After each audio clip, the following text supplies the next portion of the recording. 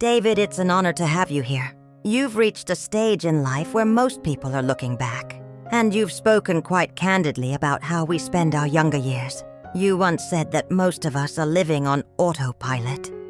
What did you mean by that? Thank you, Georgia. You know, I'm 76 now, and I've realized that the reason most people aren't truly happy is because they think they have time. We tell ourselves, I'll do that later. When I'm older, I'll finally live the life I want. We say, when I make more money, then I'll be happy. When I get that promotion, then I'll relax. But let me save you 50 years of regret. That day never comes. The goalposts just keep moving. So we're just checking boxes? Exactly. I spent the first 50 years of my life believing the same lies everyone else does. I had the career, the house, the respect, but I was just going through the motions, trying to meet everyone else's expectations. It wasn't until my heart tried to kill me at 52, a cardiac event, as the doctors call it, realized if I had died that day, I'd have left behind nothing but a nice house and a retirement account that nobody would remember in 5 years. That realization usually comes too late for many. You mentioned success being a terrible goal. Why? Because success doesn't stay. You achieve a goal, feel amazing for 48 hours, and then you're back to baseline, needing more validation. I spent 30 years climbing a ladder only to realize at the top that it was leaning against the wrong wall. You actually reached the very top of that ladder. You built a company worth $200 million. To the outside world, you were the ultimate success story. But what was happening behind the scenes? I had the corner office, the private jet, the mansion. But while I was building that empire, I was destroying the only things that actually mattered. Back in 1978, I was 30 and newly married to Sarah. I worked 80 to 90-hour weeks. I told her, it's okay, we're building our future. I genuinely believed that once we made it, everything would be better. And then your daughter Emma was born. In 1983, I was in a board meeting when she was born. I got there eventually, but I missed the birth. Then, I missed her first steps, her soccer games, her graduation. There's a memory that haunts me. Emma was 7, and she came into my office with a drawing of our family. I was on a conference call and just held up a finger. Just a minute. She stood there for 30 seconds and walked away. Years later, I found that drawing. At the bottom, she'd written, I love you, Daddy, even though you're always busy. That's heartbreaking. Did the money at least bring the family closer once you hit that $50 million mark? No. By 1995, we had the mansion and the Hawaii vacations, but Sarah had built a life without me. Emma was 13 and barely spoke to me. I was a stranger in my own home. When Emma went to college, she hugged her mum for 5 minutes and hugged me for 5 seconds. Obligatory. Sarah asked for a divorce that same year. She'd been alone in our marriage for 2 decades. It sounds like you were both suffering in different ways. Sarah's experience reminds me of what many women go through. This pressure to be the perfect woman, the helper. It's a beautiful, terrible lie. We're taught that self-sacrifice is noble, that putting everyone else first makes you good, but you can't pour from an empty cup. Many women spend 60 years being someone's wife or someone's mother and eventually look in the mirror and don't recognize the stranger staring back. You've since remarried and have been with Denise for quite a long time. You both recently spoke about the mistakes that almost broke you.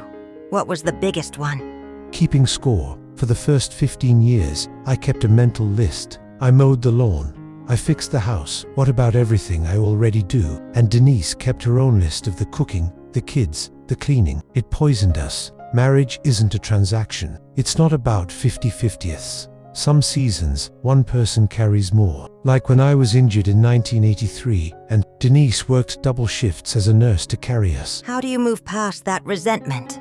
You stop trying to change each other. I used to get frustrated that Denise was such a planner and she'd get upset that I was too spontaneous. We were trying to turn each other into different people. We had to learn that her planning gives her security and my spontaneity brings us joy. We're a team, not competitors. If one person wins an argument and the other loses, you both lose. Aside from marriage, you've spoken about a man named Tom.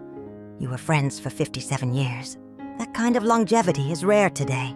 Tom was my best friend. We met in 1967 at a printing shop in Chicago. We were just 2 regular guys trying not to lose a finger in the machines. That first buyer after work turned into 57 years. We stayed friends through marriages, divorces, and children. He was my best man in 1971. What did that friendship teach you about life that business didn't? That real friendship is showing up when things are hard. In 1985, when my father died, Tom didn't say much. He just stood next to me and put his hand on my shoulder. Sometimes you don't need speeches. You just need someone to stand with you. When my wife Carol died of cancer, Tom was there every day for a month, bringing food, letting me cry, never trying to fix it.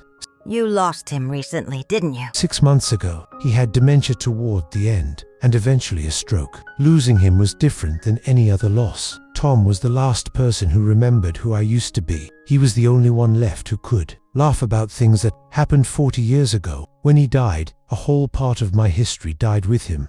With all these losses, it's easy to feel small. Your granddaughter recently asked you a heavy question. Does it ever feel like nothing you do actually matters? How did you answer that?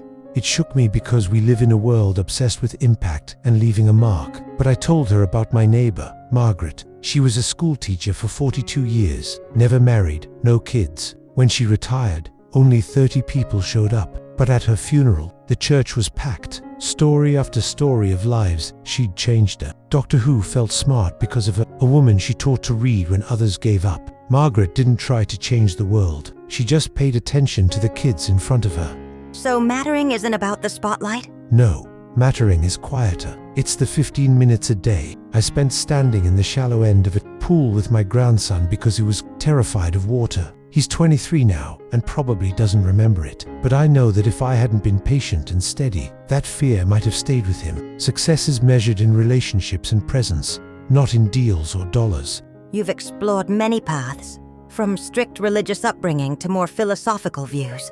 Where do you stand now on the big questions? I grew up where Sunday wasn't negotiable, but life has a way of coming at you with experiences that don't fit into Sunday school answers. I've studied the Bible, the Quran, and Buddhist texts. I realized that while the rituals are different, the hunger for connection is identical. Does that lack of certainty bother you? Not anymore. The mystery is bigger than any book or building. The appropriate response to that mystery isn't certainty, it's awe, humility, and wonder. I'm 76, and I'm still asking questions. I've learned that the most important thing isn't what you believe, but how you treat people because of what you believe. If you could leave our audience, especially the young people, with one final thought, what would it be? Stop waiting for someday. Someday is today. It always has been. Your company will survive if you leave at 5 p.m., but your daughter's childhood won't wait. Once those moments pass, they are gone forever. Don't waste 50 years figuring this out. Learn from my mistakes. Live intentionally. Prioritize what matters. Close your laptop. Go home and be with the people who matter. Because trust me, they matter more than anything else ever will.